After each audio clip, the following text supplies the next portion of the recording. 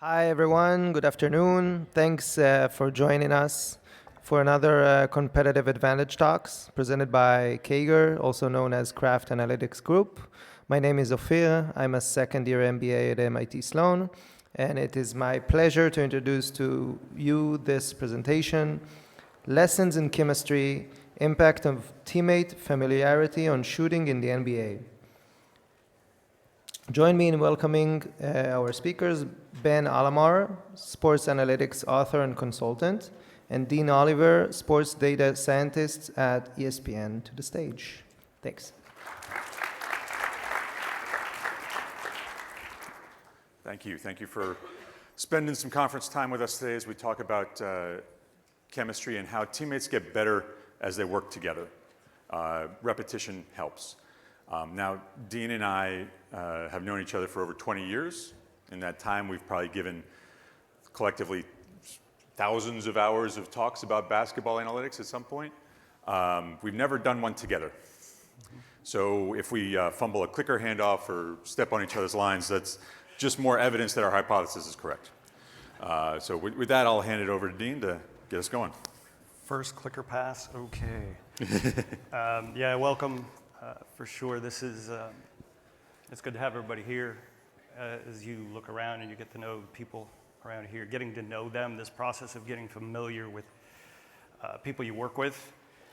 It seems like it should make you work better. This is not just basketball. This is something that I think goes beyond it and something that I have focused on a little bit more as I wrote a second book. I talked about how you make players better, how do you make teams better, and this is one of the things that kind of sparked this work. So we'll start off by looking at the Phoenix Suns. This is from a couple of years ago after they had a good run in the bubble that was in Orlando. They were pretty good and they acquired Chris Paul. And Chris Paul, of course, is good. But what was interesting, he came in, they started off, I believe it was 11-9, and the rest of the way they went about 40-20, something along those lines. And why? What we saw early on is that the points per attempt on passes from Chris Paul to teammates was 0.8. Low, well below league average. They were not shooting particularly well off of his passes. Why? We're going to start getting into some of that. After that, it got better. After that, it got even better. And that, after the second half of the season, this was one of the most dominant, and I sat on a coaching bench, on an opposing coaching bench, playing these guys, and they were really hard to deal with when they figured it out. Now, we have these phrases, figuring it out, getting used to each other, all of this kind of stuff. This was an example that I saw firsthand. There's another one that I kind of saw firsthand. Kyrie Irving moved around a little bit too. And so this gets at something my old boss, when I was with Denver, would talk about, is you make an acquisition mid-season. It's going to make you worse before it makes you better. And so Kyrie Irving had this points per attempt, 1.15 with Brooklyn, and then he went to Dallas. Big deal. You can pair him with Luka. We got to have some sort of Luka slide for anything around here, right? But they didn't start off all that well. Kyrie's points per attempt off the passes was not as good. Next year they paired together and it was a lot better. This is all kind of evidence for some of the things that we were hoping to look for. A third situation that also kind of touches me was we had Russell Westbrook in Washington, and it took a little while for him to get better there, and then he goes to the Lakers. We traded him to the Lakers when it was a very sad day in many ways for many of us because we love Russ as a person, as a player. He goes there, his points per attempt with, this is actually his second year, 1.03 on shots from LeBron, and then he goes to the Clippers. It was a trade and then getting released, and he goes to the Clippers, and it goes down again. And then it comes back up the next year. So all of these kind of anecdotal things, these are anecdotes. What we wanted to do was study it more systematically. Is there this familiarity aspect that comes with getting to know the people you're passing to or getting passes from? And so we were going to look at it a couple different ways. We're looking at, first of all, we're ignoring some of the turnovers. Turnovers definitely are relevant in some of these conversations. You get to know the people you're with, you know where they're going to be, you're going to make your passes more accurately, you're just going to know that sort of stuff. That's harder to study. What we wanted to look at is shots, which we can break down a lot better. We can look at the shot selection, we can look at how well you're making them. We'll get back to like breaking these down a little bit more, but for the most part, shot selection is what is the expected points on those shots. So are you taking better quality shots, or are you just making them more based upon things that are a little bit harder to measure, what may be in your head and so forth. So that's where I will set it up for then Ben to do a second handoff that we don't fumble. Hey, there we go. Dean's going to jump off of this later, just FYI. I am? So to start, we needed a shot probability model to create this expected points model to measure our shot quality. And there are models out there. We got some data from the NBA and we wanted to include some of the variables they gave us. So we built one of our own. For this, we looked at all shots off of passes. So just that set. We looked at all shot types of those. Location, we used pressure scores. This is what the NBA gave us. And the pressure scores are measures of how much pressure the passer is under, how much pressure the player is under when he receives the pass, and then how much pressure the shooter is under when he takes the shot. So there are 3 different levels of pressure that they use. And it's an NBA metric where that they've defined based on how close defenders are, essentially. And so we've used all that to create this shot probability model. You see the calibration with, by shot zone based on expected field goal percentage versus actual. We did this, we tried a bunch of different underlying models. The XG boost turned out to be the best fit here. We did a random forest, which gave us some weird results, and the logistic regression, which just wasn't quite as good. So this worked out for what we needed. And so this gave us our underlying shot quality model. We just multiply this by the number of, if it's a 2-point shot, multiply it by 2, 3-point shot, multiplied by 3. That gives us our shot quality model, how many expected points for that particular shot attempt, given the distance, location, pressure, all of that. Now, just for some context, because we're going to start talking about some numbers of shots and comparisons. We had 1,600 passer-shooter combinations with between 10 and 50 catch-and-shoot attempts, which averaged 1.12 points per attempt, and that's the 23-24 season. So the top frequency of this is Tyrese and Miles, 237 catch-and-shoot attempts. And the analysis that we do is consistent across all shot attempts. It's more clean and clear when we just focus just on catch-and-shoot. So we're going to talk principally about catch and shoot opportunities the rest of the way here. But just to get an idea, about the frequency and the quality of the shots, catch and shoot opportunities that exist over time during in the league. So once we have our shot quality metric, now we can start looking at how shot selection changes as players play more often together, more opportunities they get. So we just have a simple regression where we take a look at shot quality, expected points per attempt, for every individual shot, and then a variable that looks at how often during that season and in total in their playing time together, these two players have gone from passer to shooter, catch and shoot attempt. So we have those two counters involved here. So we're looking at not only in-season changes, but season-to-season changes in this model, using a very basic log-log form. And that gives us some results. Again, catch and shoot, very similar to all shots, but we focus on the catch and shoot opportunities here. Results, so if we were to say that players had 200 catch and shoot opportunities throughout the season, and we start their value at 0%, and we look at their growth, how it improves their shot selection improves over the course of their first 200 shot attempts. Okay, and you can see it escalates very quickly. They learn very well together. Those first 50 shots, they get much, much better. They improve about 7% on shot selection in that first 50. Then they continue to improve, another 4% until they get to 200. And, again, you can see the trajectory. It continues to increase slightly. As we saw from the data, though, rarely get more than 200 catch-and-shoot attempts in one season.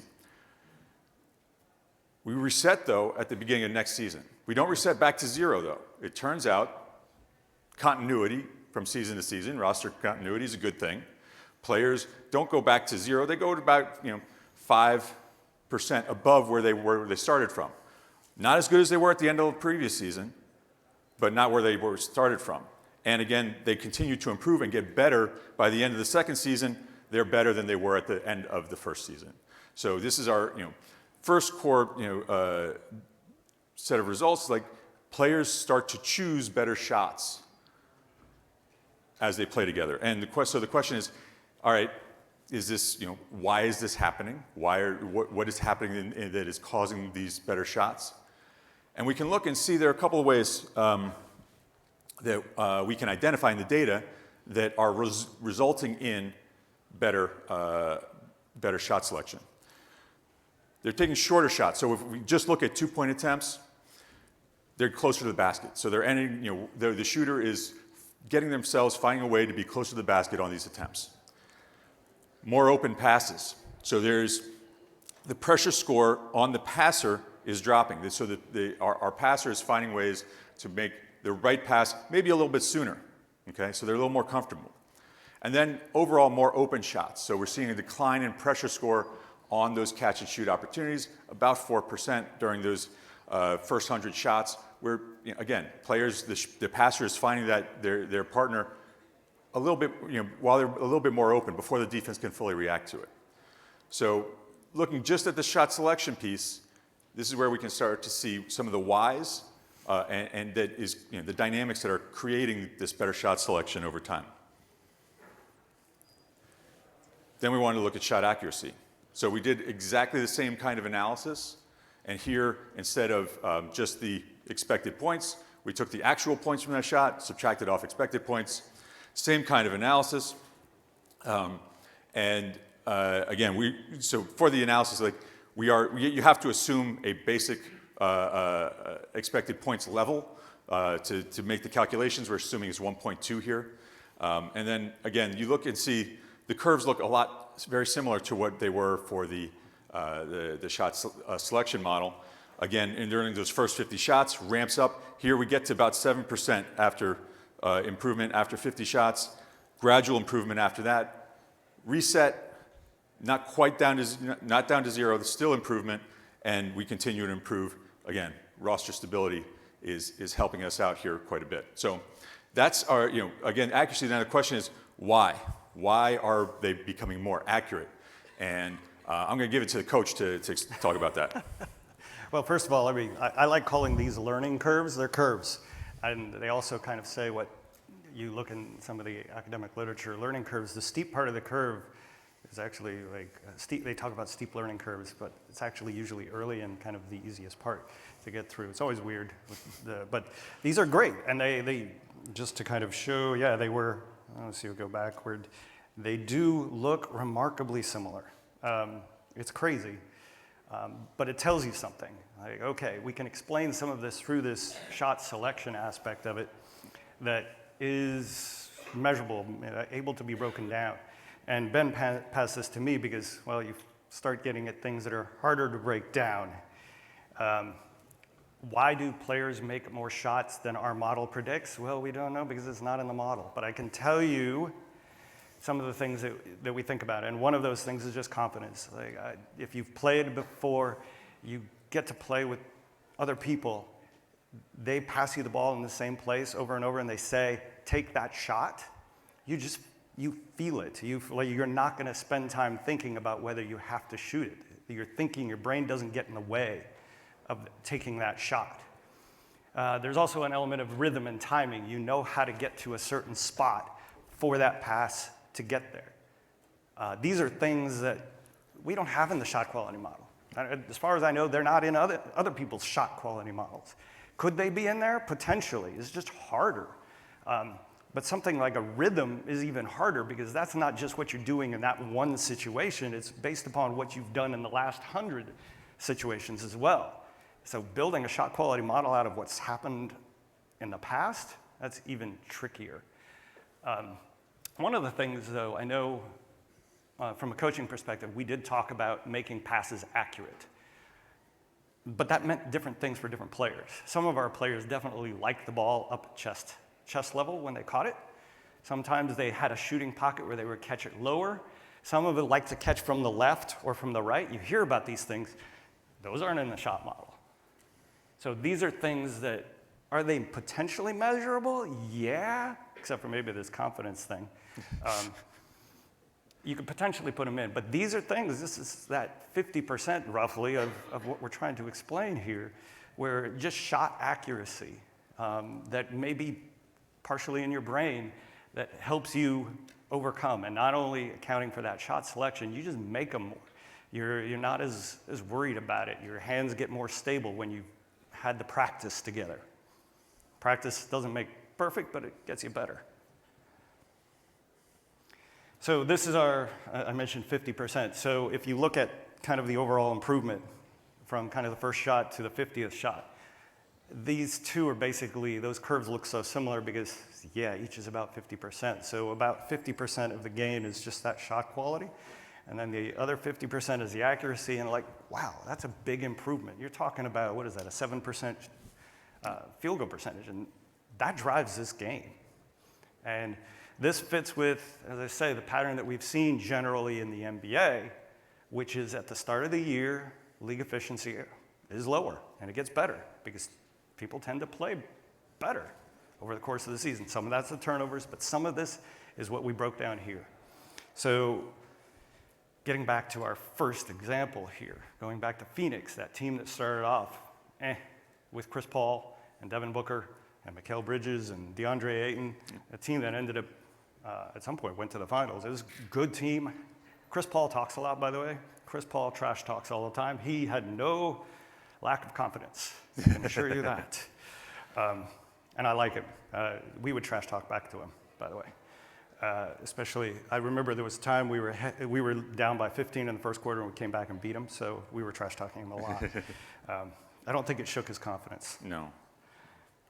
So for those guys, that initial improvement of about from 81 points per 100 shots to 93, you can see about half each way, and then even more up to 200 shots or so that he was able to make to other catch and shoot shooters. So these are rule of thumb numbers at this point. There are ways to break this down in different ways. The idea with this talk was to set things up. We established, we think, that this exists, this learning curve, does it exist? Are there ways to look at it better? Are there ways to accelerate the learning curve? These are all great things that come out of this kind of study. It's not we're not trying to solve everything. We definitely know when you get this data set and you start running through it, as Ben and I have done so many different studies independently of each other. You do a study, and if it doesn't lead to more questions, it's probably not a good study, or it was super simple. This leads to tons of other questions. And the NBA was super generous with data for us to use on this. And I assume there are people from the NBA in here. The NBA has encouraged analytics for people like us, but for a lot of students, a lot as well. This kind of stuff is the sort of thing that I think other people will be able to improve upon, and we look forward to seeing it. So now What we got? great questions. Any questions for Ben and Dee?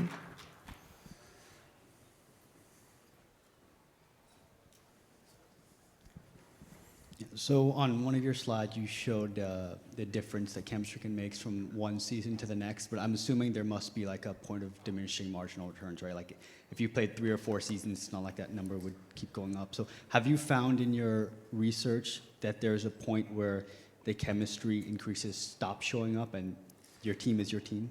I think that so what we've seen with this curve, and you're absolutely right. Like if you added on a third season here to this, you would see that the starting point again would be lower than the peak of the end of the second season, but it's not that different from the start of the second season. So there are sort of the marginal gains absolutely continue to decline season to season. You know, is there a theoretical maximum? Like we don't have enough players in our data set that have played together for that long to say, yeah, we know this is the end. We know where they stop getting better together. But you know, certainly 2-3 seasons together is beneficial.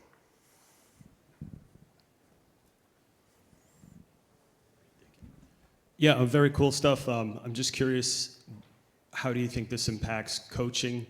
Would you favor shorter rotations? Would you favor, you know, small-sided games in practice, like 3-on-3s and 4-on-4s? You know, what we can't do with this study, the NBA has this great data from games. It doesn't have practice data. But there is a ton of practice data that each team has. If we have NBA personnel in here, which I'm sure we do, they have that data. They can look at whether that practice data is actually helping shorten some of these curves. I would love to do it because that is the prescriptive side of it. That practice data, I don't think those teams are going to give out as much, I will say. But I think it's, there's a lot of noise, of course, in all of these. And the numbers we're presenting are significant, statistically significant, but you people understand that that still means there's noise. And there may be combinations that take a lot longer. And that's what, hopefully we can find that out with this, but teams can find out with practice data too. Yeah, I just to add on to that, I think it would be really interesting to do two things when you talk about, Dean mentioned combinations that might take longer. One, is there a team level effect? So do some teams do better at integrating new players? And then two, are some players more plug and play than others on both the passing and the shooting side? We started to look in the individual part of this a little bit. It's really, the noise is significant because there's a lot of bias in it because typically they have one person who's done the majority of the passing to them. The rotation part of your question is actually a good one because I remember thinking, we had coaching meetings where we would talk about a certain player that we felt comfortable playing as a starter or as a bench player because the shots that they were going to get were going to be the same regardless of who they were playing with.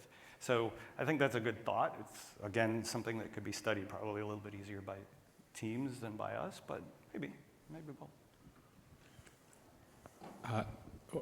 I was going to ask the question about were there certain players that you know kind of made the curve go faster, but you talked about it. I had a second question, which was player types. You noticed with the Cavs this year, the big-to-big passing has really picked up. Mobley into Allen is something from a big to a big or a big to a small. Say, were there differences in the type players passing? And that's a great question, great thing to try and investigate. We haven't done positional specific analysis on this, but as Dean said, it's a great question to add on and try and see if it matters. Hi. So 2 questions right here. So I saw that you had a system where it said if you pass from one player to another, it gets included into this analysis.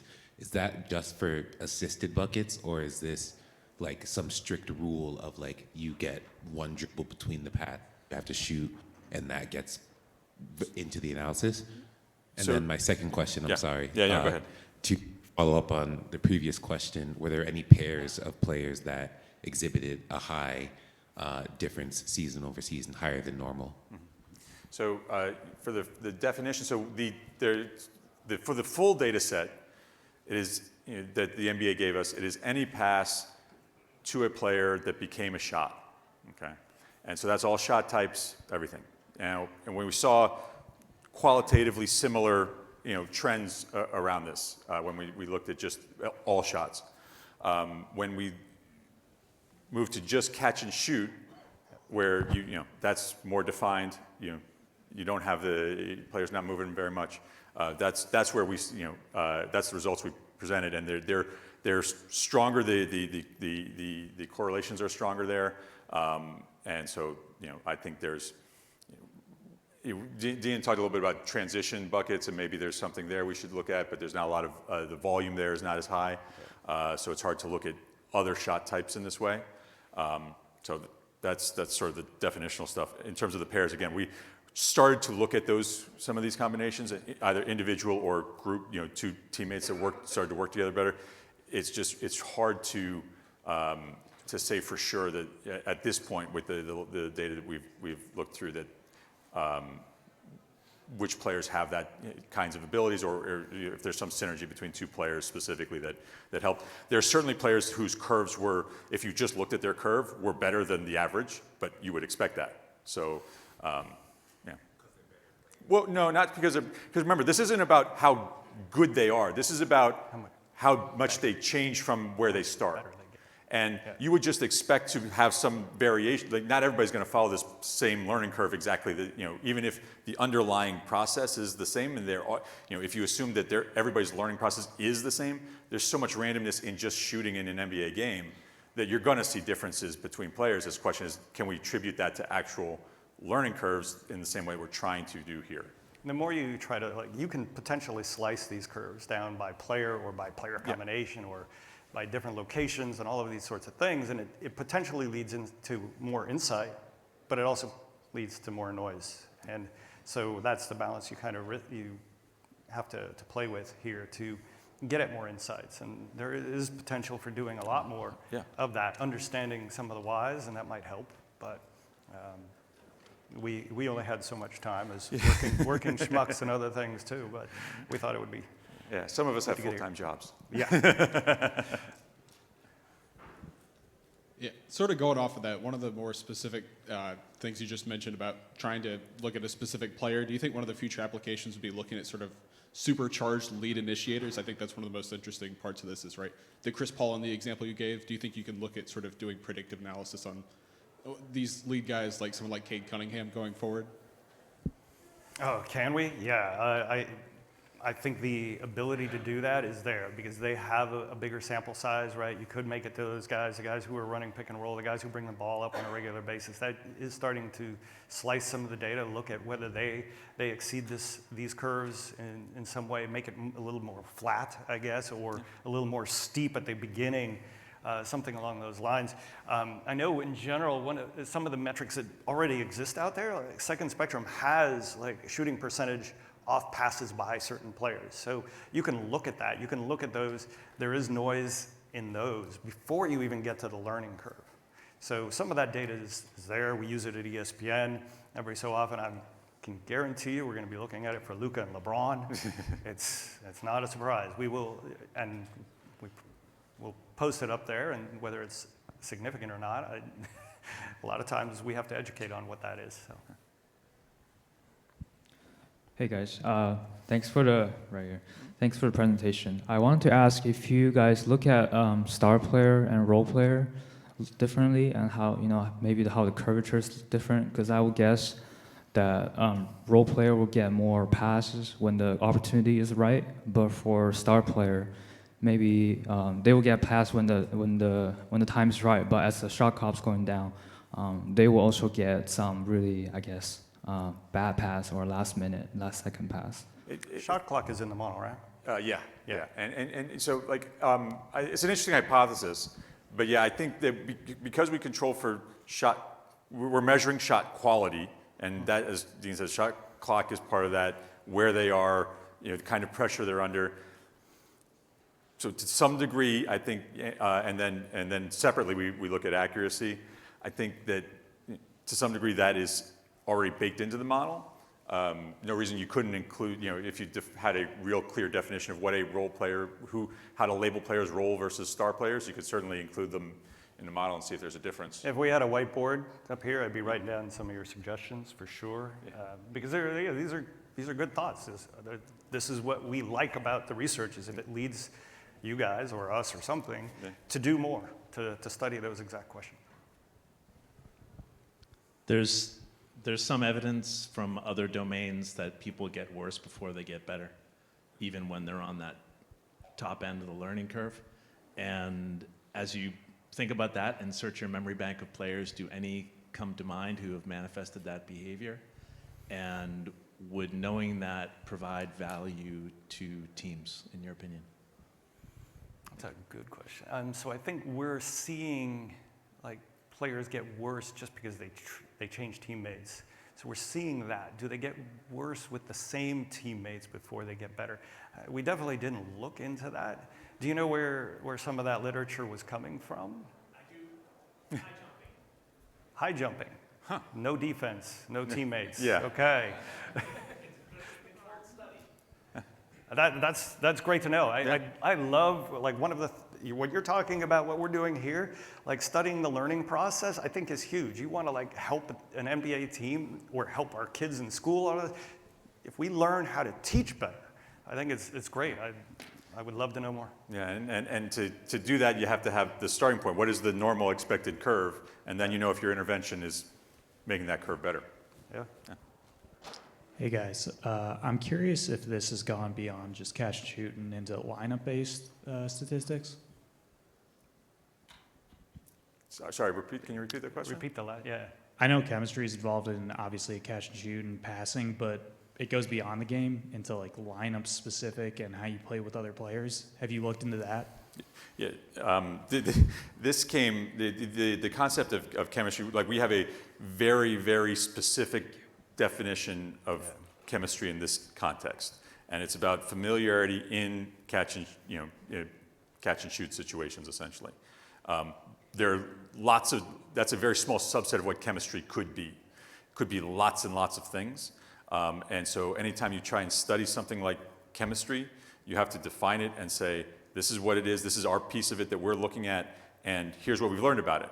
That doesn't mean the same kinds of lessons we can't put into play and take a look at just pure playing time and offensive efficiency of lineups that play together.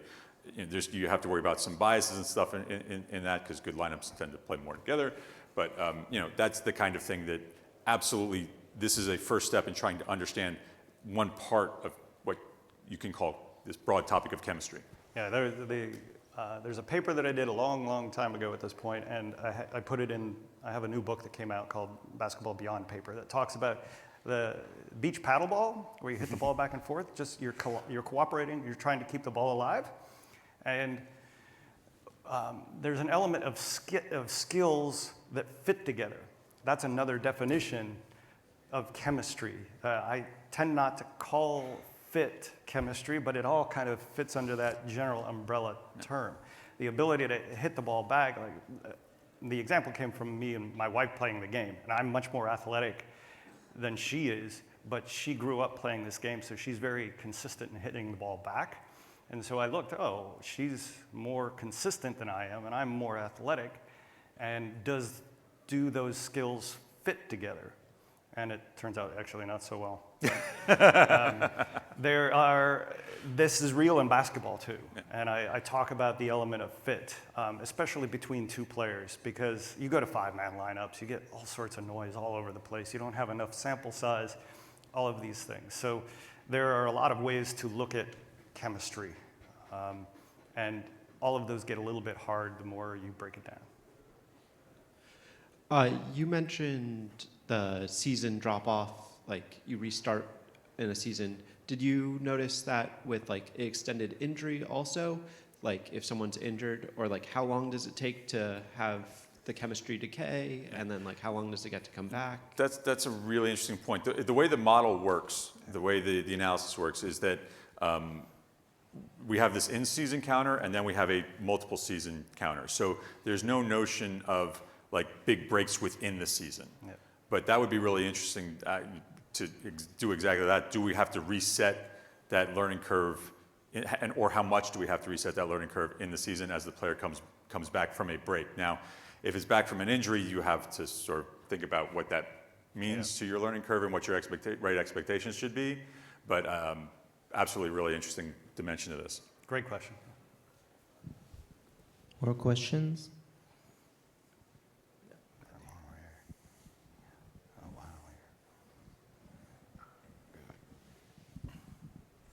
Is there any indication that shot frequency affects how quickly a player acclimates to new teammates? Well, that's exactly what this is. Sorry, so explain what you're trying to get at. So like, would a player who shoots 15 shots per game adjust faster than someone who only shoots 5? So we did not independently count in shots within a season outside of the ones that were the catch and shoot combinations. But certainly a thought that they may be able to integrate with their teammates as a whole better and improve more quickly if they've taken a lot of shots. Makes sense, but.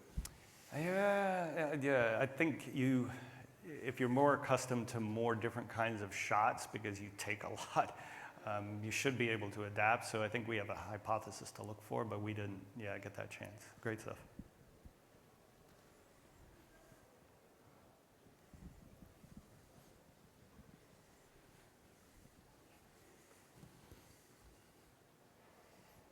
Hi, I was just wondering if you guys included like rookies in this study, and if you maybe saw, some sort of different trend with the data based on rookies who have to adjust to a new team, but also adjust to the league as well. All the players are in there. We have no player-specific adjustments about age or anything like that, or years in the league. So the only thing that could account for that is like they this is the first season, so the counter for the season counter is at 0. But other than that, that's the same for any player who just got traded to a new team. And that reminds me a little bit, like, we did this with shots. There's so many other things that you could potentially look at. The fact that shots get broken down so much. But I think about some of the rookies that I had to endure as a coach and how, like, a lot of defensive assignments and things. Like, is there a learning curve on those defensive assignments and things like that? I'm sure there is too. Like, rookies really struggle with some of those defensive concepts, for sure. Yeah, as Dean said, like every aspect of the play we can look at in this way, particularly anything that matters to how you work with your team.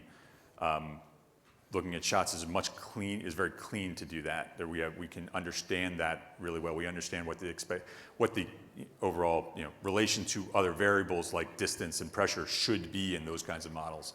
And so we can just add in this one more thing. All those other stuff, we don't have that kind of understanding really yet. Yeah, we talked about how turnovers and a lot of this basically explain why the league efficiency gets better over the course of the season.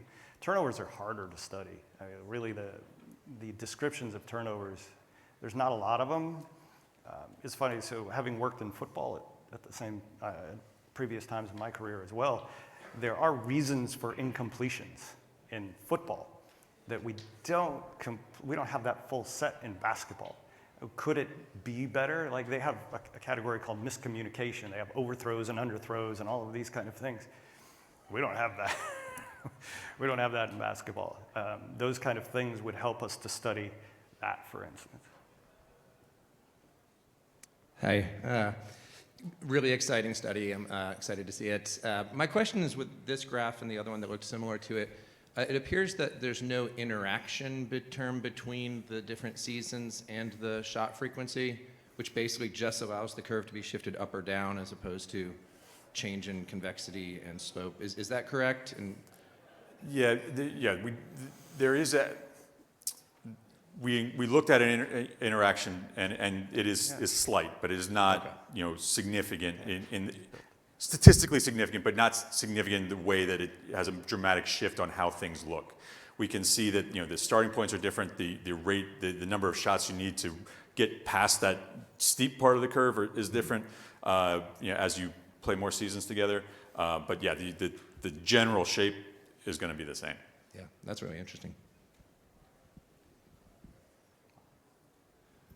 Hi, I'm wondering if your analysis supports teams looking for more 2-for-2 player trades to continue any externalities like complementarities when that's an even less liquid market than just the 1-for-1 player market, but situationally, do you think that supports looking for that? Not sure I understand. So should we trade for pairs of players? Oh. I would say no. Because you definitely increase your risk, right? You have to be pretty confident in that. But it is a fair question. My first, and it deserves some thought. We probably could do something. When we were in Cleveland, we were really excited to try and trade for Steph and Clay. Yeah, exactly. It always depends on the price, and of course, efficient markets in the NBA trade market is usually reasonably efficient. but they can be trading money for talent to some degree, and if that's probably a much bigger effect than anything associated with adding this in. Thanks again for the talk. Just wanted to ask one quick question that was kind of alluded to a little bit ago. Was you're looking a lot at the player-player connection, but I'm assuming also over time the team in getting that player open kind of improves the chemistry level of the team. So I'm assuming we're not measuring that specifically here, but do you think that would be another way to try to isolate? Is it getting the person open, or is it the better pass velocity, or anything? That's a good question. So I know in DC we had Bradley Beal, and Brad was really good at using off-ball screens, and that just kind of like, yeah, maybe he got better at that. I think it would be a great thing to kind of look into in that way, because a team does have a lot of parts to coordinate, and that off-ball screen is much more difficult to coordinate than the on-ball screen in a lot of ways. So it's possible. It's in that 4% there. Yeah, and that's like, I went back to the slide because that's part of what you're talking about. Right. Yep. It's not the way we've set it up. We've separated out accuracy and the shot quality, and I think the accuracy piece is where like we don't have the data to answer those questions really well just yet. Shot quality, at least we have some clear reasons why it's getting better, and part of like more open shots, more open passes. That's to some degree that's the teammates, but how much that we haven't tried yet. But that's an interesting thought. Hey, I'm very fascinated by the idea of learning in this context, but I'm also interested, and this is a purely speculative question, but do you think that there could also be learning how to learn in the sense of not just on the individual level, but perhaps you could make a hypothesis, tell some story like that, for instance, journeyman players who have had to change many more teams over the course of their career might have to be more flexible and thus acquire sort of a more varied skill set and be more adaptable in their, and thus have a quicker learning rate. You could also tell some story about older players being more sort of ingrained into their habits and being less able to learn, or you could tell the opposite story of younger players not having the sort of wealth of experience to draw on, not being as flexible. So I'm curious if you think that there could be possible learning how to learn kind of effects. You could potentially add kind of years of experience with previous players or something like that into this model. We had Ish Smith on my team in DC, and Ish played with a lot of different teammates. And he knew the shots that he was good at taking. It's probably partially theirs, but also partially the teammates, of course, who were passing them the ball. So the players who were passing the ball, and I think Ish did know the league, so he knows a lot of these shooters. So if you were in the league a lot, I'm thinking while I'm speaking here, he probably did know how to get players open more. So it would make some sense, especially being around Ish, and Ish is a survivor, so it's a little bit biased. There's other people who may not have been as good at that, but he probably would have some benefit to his teammates. Yeah, I think it's interesting to, like, again, it's one more classification of players that you can absolutely include in the model and see which hypothesis, old, young, journeyman, whatever, that makes sense. Interesting. You always, like in general, of course, veterans' numbers are more stable than some of these younger guys. So after a long period of time, you know what you're going to get from these guys. They have some decline at age and stuff, but it still tends to be pretty stable. Fortunately, we are out of time. So thanks, Ben and Dean.